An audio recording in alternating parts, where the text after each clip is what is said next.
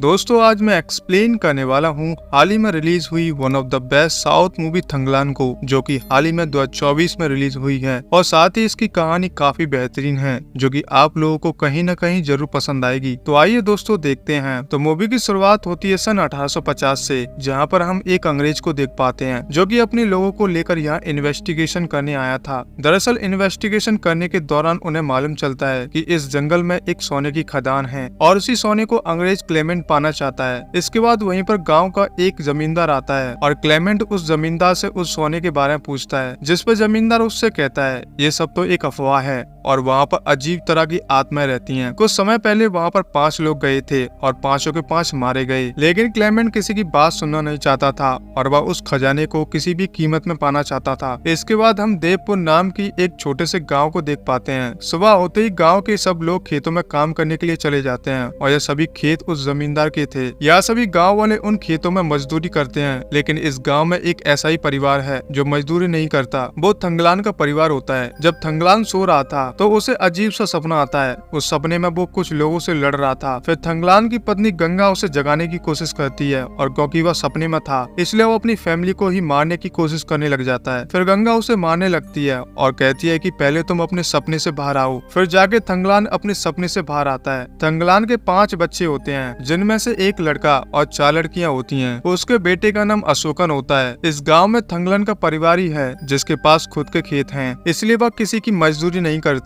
और बाकी सब गांव के लोग उस जमींदार के खेतों में मजदूरी करते हैं। खेतों में जाने से पहले थंगलान की पत्नी गंगा उससे कहती है कि फसल काटने के बाद मुझे कुछ कपड़े चाहिए और दूसरी तरफ गांव में गंगू नाम के एक आदमी को दिखाया जाता है और इस गांव के सभी लोग नीची जाति के होते हैं। इसलिए गैंगो का मानना था कि यदि वह ब्राह्मण बन जाएगा तो वह मरकर स्वर्ग में जाएगा। इसलिए वह गाँव के बच्चों को भी समझाता रहता है कि तुम लोगों को नॉनवेज नहीं खाना चाहिए और यहाँ वहाँ दूसरे लोगों के पास नहीं जाना चाहिए। और यही सब कुछ थंगलान का बेटा अशोकन देखता रहता है, लेकिन उसकी समझ में कुछ भी नहीं आता। इस तरह थंगलान की फैमिली खेत में गाने गा रहे होते हैं। वह सब अपनी लाइफ में बहुत ही ज्यादा खुश थे। तभी वहाँ पर जमींदार की पत्नी खेत का काम देखने आती है। थंगलान अपने गाँव वालों को बताता है कि यह सारी जमीन हमारी थी और इन जमींदारों ने हमसे जमीन छीन ली। रात हो जाने पर गाँव के सभी लोग खेत पर ही सो जाते हैं, जिसके बाद थंगलान के बच्चे हाथी की कहानी सुनने की जिद करते हैं। फिर थंगलान उन्हें कहानी सुनाता है। वह कहानी में उन्हें सुनाता है कि यहाँ से कोसों दूर एक हाथी जैसा पहाड़ है और पहाड़ी के उस पार एक छोटी सी नदी है। उस नदी में थंगलान के दादा सोने को ढूंढ रहे थे। उनके साथ और सभी लोग सोने ढूंढ रहे होते हैं, लेकिन सोना सिर्फ थंगलान के दादा को ही मिलता है। तभी वहाँ पर एक राजा अपने सैनिकों के साथ आता है। वो राजा अपने कुछ सैनिकों को उनके पास भेजता है उन लोगों से सोना छीन लाने के लिए, लेकिन थंगलान के दादा उन सभी सैनिकों को मार गिराते हैं। और फिर थंगलान के दादा उस राजा के पास आते हैं और वह उनको सोना दिखाकर कहते हैं कि आप लोग भी मेहनत करके सोना ढूंढ लो, लेकिन यह सोना हर किसी को नहीं मिलेगा। फिर राजा के सभी सैनिक उस सोने को खोजने लगते हैं, लेकिन किसी को कोई भी सोना नहीं मिलता। फिर राजा के पास एक ब्राह्मण होता है और वह ब्राह्मण एक मोरनी के पीछे जाता है। वो मोरनी सोने के पहाड़ के ऊपर बैठ जाती है और यह सब वो ब्राह्मण देख लेता है। ब्राह्मण उस राजा के पास आता है और उसे बताता है कि यहाँ सिर्फ सोना ही नहीं बल्कि सोने का पहाड़ है। फिर थंगलान के दादा कहते हैं कि वह पहाड़ वाला सोना हमारा नहीं है जो पानी में बह रहा है, हम उसे हासिल कर सकते हैं। लेकिन वो राजा थंगलान के दादा की बात अनसुनी करके वो अपने सैनिकों को वो सोना लेने के लिए भेज देता है। जैसे सैनिक वहाँ पर जाते हैं तो बहुत सारे सांप उन पर अटैक कर देते हैं। उन सांपों के काटने से बहुत सारे सैनिक मारे जाते हैं और बहुत सारे लोग वहाँ से डरकर भाग जाते हैं। तभी वहाँ पर थंगलान जाता है और वह राजा को बचा लेता है। फिर उन सांपों के ऊपर कुछ केमिकल छिड़कने लगता है, जिस वजह से वो सारे सांप वहाँ से भाग जाते हैं। थंगलान के दादा कहते हैं कि इस तरह से सांप लोगों को डस कर मार देते हैं,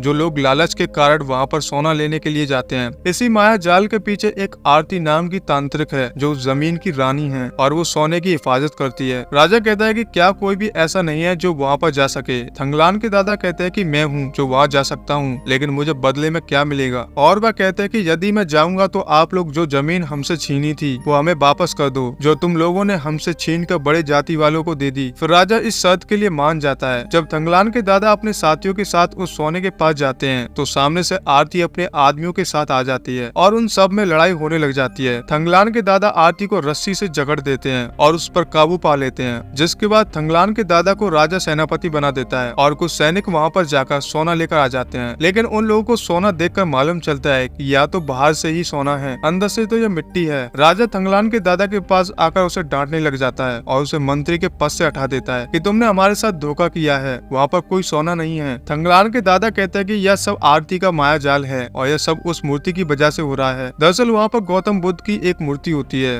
राजा अपनी तलवार से उस मूर्ति का सर काट देता है। यह सब देखकर आरती को बहुत ही ज्यादा गुस्सा आ जाता है और वह इस तरह से चीखने लग जाती है कि वहाँ पर सब लोग के कान फटने लग जाते हैं और उनके कान उसकी आवाज को बर्दाश्त नहीं कर पाते। दादा अपनी तलवार से आरती का पेट काट देते हैं और उसका खून जमीन पर बहने लग जाता है और देखते ही देखते उसका खून सोने में बदल जाता है और यह सब सोना राजा ले लेता है। इस तरह थंगलान अपने बच्चों को यह कहानी सुना रहा था कि वो सब जमीन हमारी है। फिर आधी रात को थंगलान के खेत की फसल को कोई जलाने की कोशिश करता है। थंगलान की फैमिली उस आग को बुझाने की कोशिश करती है, लेकिन आग इतनी ज्यादा थी कि वो कुछ नहीं कर पाए और सारी फसल जल गई। क्योंकि जब भी फसल काटी जाती है तो जमींदार उनसे टैक्स लेता है, लेकिन थंगलान के पास अब कुछ भी नहीं था और जमींदार उसे सजा देने लग जाता है और वह उसकी सारी जमीन हड़प लेता है। और अब थंगलान को भी बाकी गाँव वालों की तरह उसे भी जमींदारों के खेतों पर काम करना होगा जब तक वह जमींदारों का कर्जा चुका नहीं देता। लेकिन असल बात तो यह थी कि यह सब जमींदार का प्लान था, क्योंकि बहुत समय पहले से जमींदार की नजर थंगलान के खेतों पर थी। फिर थंगलान का परिवार जमींदारों के खेतों में मजदूरी करने लग जाता है और जमींदार उन्हें उनकी मजदूरी भी नहीं देता, बस उन्हें थोड़ा बहुत खाने के लिए दे देता है ताकि वह जिंदा रह सके। फिर एक दिन ब्रिटिश ऑफिसर क्लेमेंट उधर आता है। क्लेमेंट का आदमी उन सभी गाँव वालों से कहता है कि तुम्हारे पूर्वजों ने यहाँ छुपे हुए सोने को ढूंढने की कोशिश की थी और अब क्लेमेंट सर उसी सोने को खोजने की कोशिश करेंगे और इसके लिए वह तुम्हारी मदद चाहते हैं। यह सुनकर सारे गांव वाले वहां से भागने लग जाते हैं, लेकिन थंगलान वहीं पर खड़ा रहता है। फिर गंगा थंगलान को खींचकर वहां से ले जाती है। फिर क्लेमेंट उन लोगों से यह भी कहता है कि जितने दिन मैं तुमसे काम करवाऊंगा उतने दिन की मैं तुम्हारे मजदूरी दूंगा। रात को थंगलान गंगा से कहता है कि मैं उस ऑफिसर के साथ जाऊंगा, क्योंकि यहाँ पर भी तो हम मजदूरी कर रहे हैं और हमें कुछ भी नहीं मिलता, लेकिन मैं उसके साथ जाऊंगा तो मैं कुछ पैसा कमा लूंगा और हम अपना कर्जा भी चुका सकते हैं, ऊपर से हमें सोना भी मिल जाएगा। इस तरह गंगा मान जाती है और सुबह होते ही गांव के कुछ लोग क्लेमेंट के साथ सोना खोजने के लिए निकल जाते हैं। उनमें से थंगलान था और गेंगू था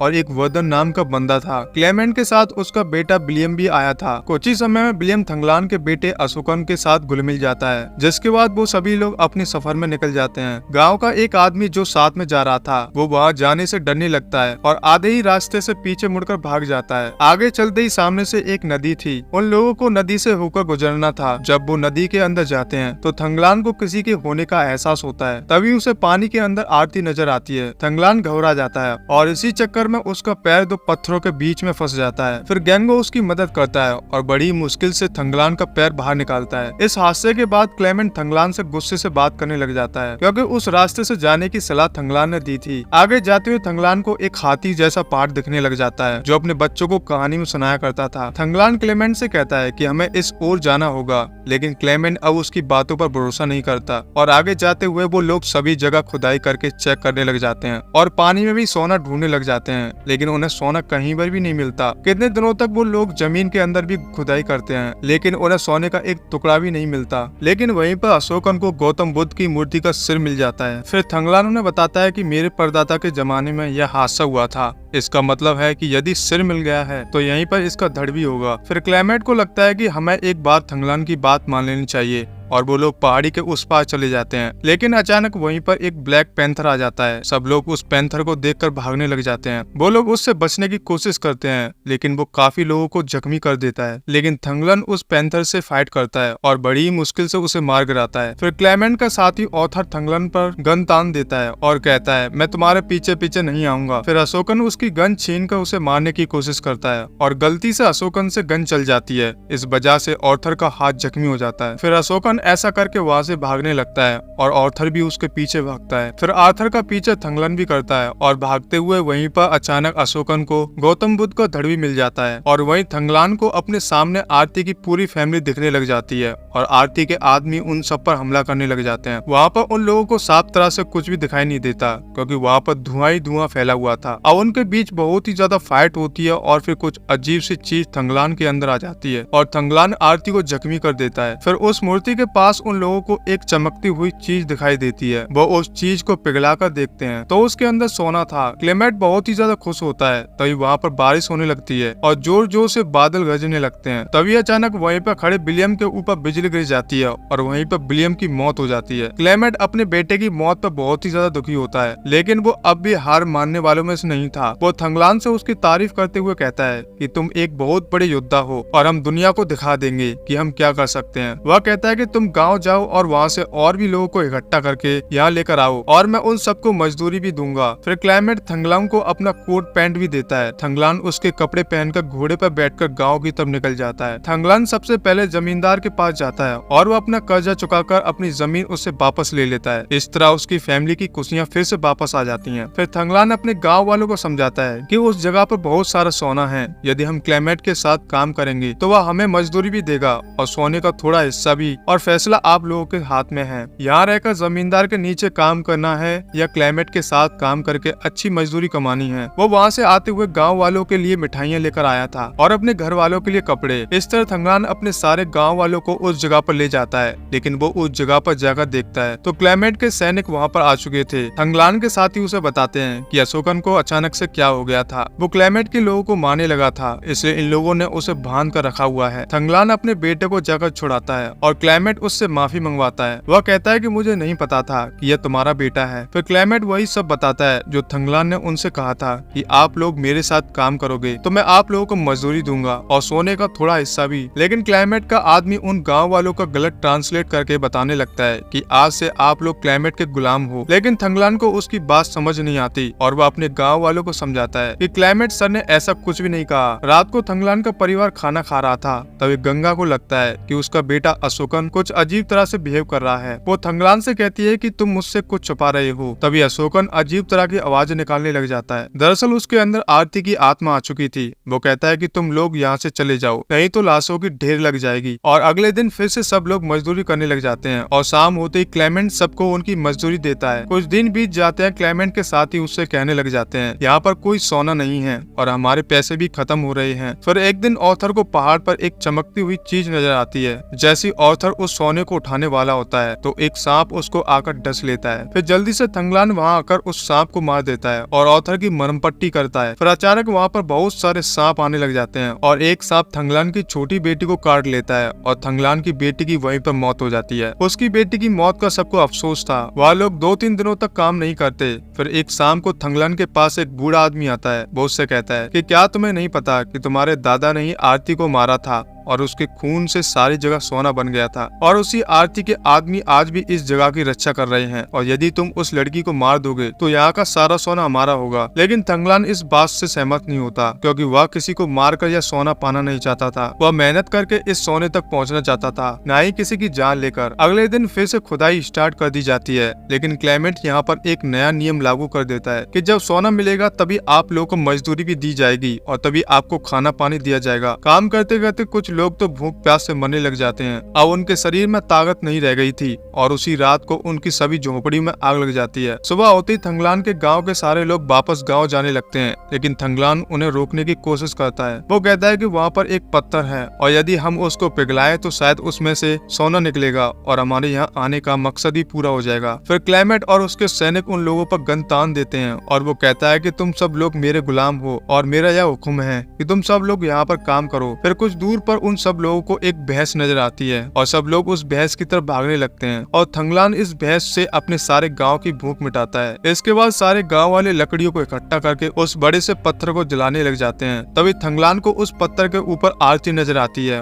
और वो उन्हें समझाने की कोशिश करती है कि ये तुम लोग गलत कर रहे हो। और उसी पत्थर में एक होल था जिसके अंदर कुछ लोग गिर कर मर जाते हैं। उस होल को देखकर मालूम चलता है कि काफी पुराने जमाने का होल है और उस हॉल के अंदर जाने पर उन्हें बहुत सारा सोना मिलता है। जैसी वर्धन और उसकी पत्नी सोना लेने के लिए अंदर जाते हैं तो क्लेमेंट कहने लग जाता है कि सारा सोना मेरा है, इसे कोई हाथ नहीं लगाएगा और वो वर्धन और उसकी पत्नी को गोली मार देता है। फिर क्लेमेंट के आदमी और गेंगू के बीच झगड़ा हो जाता है। गेंगो उस आदमी को जान से मार देता है। फिर थंगलान उस सोने को देखकर कहता है कि सोना नहीं बल्कि सोने जैसे दिखने वाली मिट्टी है। तभी वहाँ पर आरती अपने आदमियों के साथ आ जाती है। आरती उनसे कहती है कि मैंने तुम लोगों को कितना रोका लेकिन तुम लोग नहीं माने। फिर आरती अपनी पावर दिखाने लगती है और वहाँ पर कभी दिन तो कभी रात हो जाती है और फिर आरती थंगलान का फ्लैशबैक दिखाती है जहाँ 5th सेंचुरी में यहाँ कुछ लोग अपनी जिंदगी बिताते थे। उस वक्त आरती और उसका पति आरन इस जमीन की रक्षा करते थे। उस वक्त इस जमीन में थोड़ा बहुत सोना था। जब आरती और उसके पति को पता चलता है कि कुछ लोग यहाँ के सोने को चुराने आ रहे हैं, फिर उन लोगों से लड़ाई होती है और वो लोग आरन को अपने साथ ले जाते हैं और उसे अपना गुलाम बनाकर उससे ही सोना ढूंढवाते हैं। इस तरह ये काम पीढ़ी दर पीढ़ी चलता रहा। फिर थंगलान को समझ आ जाता है मुझे किसकी साइड लेनी चाहिए।